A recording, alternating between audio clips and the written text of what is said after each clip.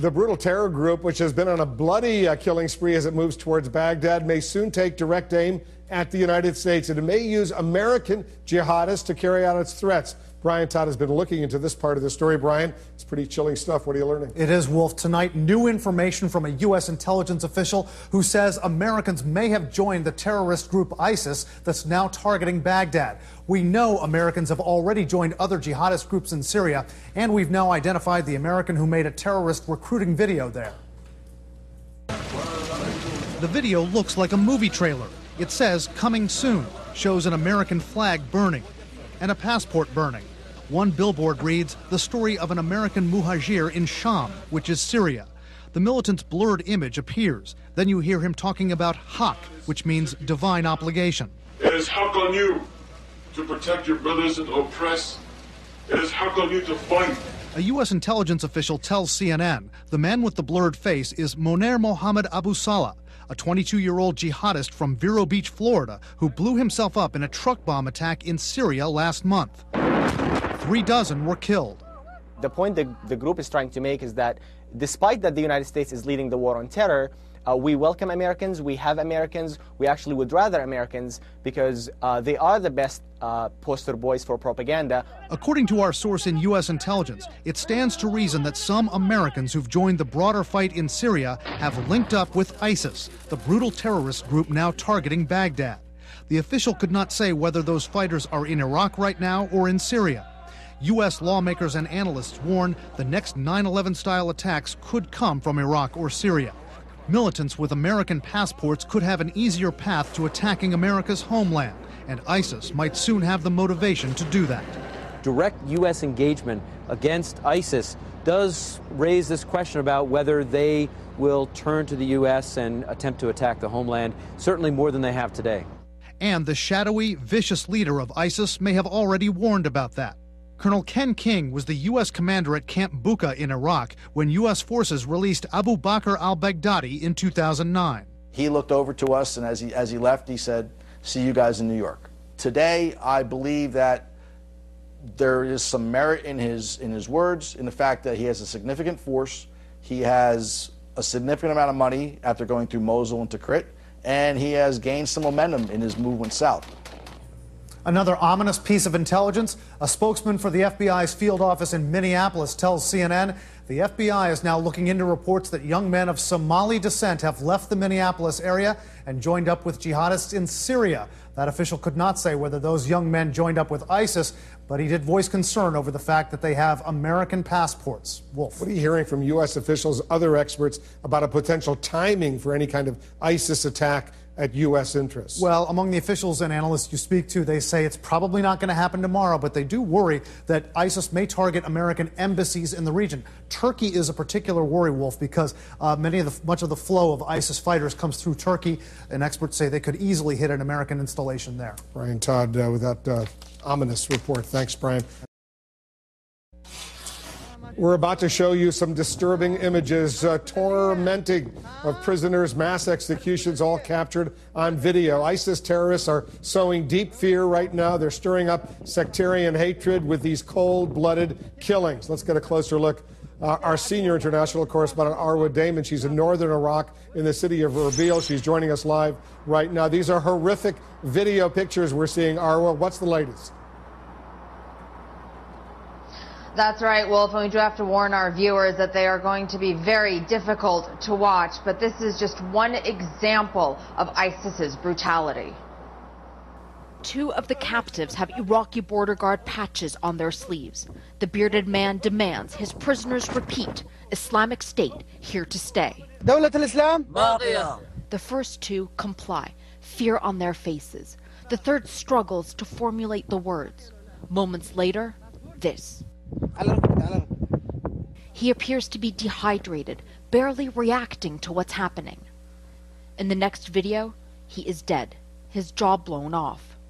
At the end of the clip, the ISIS gunman proudly declares, "We killed a Shia." This Facebook page's profile picture matches the bearded man in the video. He goes by the name Abu Hamza al-Muhammadi from Tunisia. We accessed the Facebook account before it was taken down, posted on it these stills of the same execution. and another photograph that shows the other 4 men dead. They are accused of being Maliki's dogs, a reference to Iraq's Shia prime minister. Abu Hamza boasts about how he blew the infidels' heads to hell. Location, Iraq. In another post, Abu Hamza says, "Send these videos to the Shia," an effort to foment sectarian rage in what has become a ruthless battlefield. Many of the images posted online are too horrific to show. Stills posted on an ISIS Twitter account show a shallow ditch filled with bodies, all accused of being members of the Iraqi security forces. Often, we don't know who the victims are, but in this case, we managed to identify the man who could not speak. His name is Jafar Mohsin Zeki, 36 years old, a father of 2 boys and a girl, who adored his children and took the job as a border guard to build them a home. Wolf, what makes this all the more unbearable and difficult for the family is that they are unable to retrieve his body because ISIS controls the area where it is believed to be at this point. Wolf. What a horrific situation. Arwa Damon and Erbil. Arwa, thanks very much. Full analysis of what we just saw coming up, but there's some breaking news, including the possibility of U.S. military action in Iraq. As President Obama weighs what to do about Iraq, terrorists are showing off some very gruesome evidence of their mass executions of Iraqi prisoners as they push toward Baghdad. Let's discuss what's going on with our chief international correspondent, Christiane Amanpour, and our chief national security correspondent, Jim Sciutto. The images we just saw, Christiane, of these insurgents or these terrorists, these ISIS jihadists, taking these Iraqi soldiers, making them say certain words, beating them, and then simply executing them. We haven't seen this kind of stuff in a while. Well, it reminds me of the bad old days when we were all in Iraq post-invasion, late 2003, 2004, 2005, and on. And it was terrifying. Honestly, it was terrifying. Whether it was Iraqi security forces who were being massacred by these Islamist insurgents, whether it was journalists, whether it was NGOs, whether it was foreigners, it was almost a daily occurrence. And it is truly terrifying. It actually makes me sick to see this again, because it reminds me of how bad it was back then. It reminds me of that as well. The president is now back at the White House. His Marine One has landed. He's going into a major meeting to discuss U.S. military options with his national security team. Jim, what are you hearing? We've got a much better idea today. A few options on the list. One is increased reconnaissance surveillance flights. You gather intelligence on the ISIS positions around the northern part of Iraq and possible intelligence for airstrikes.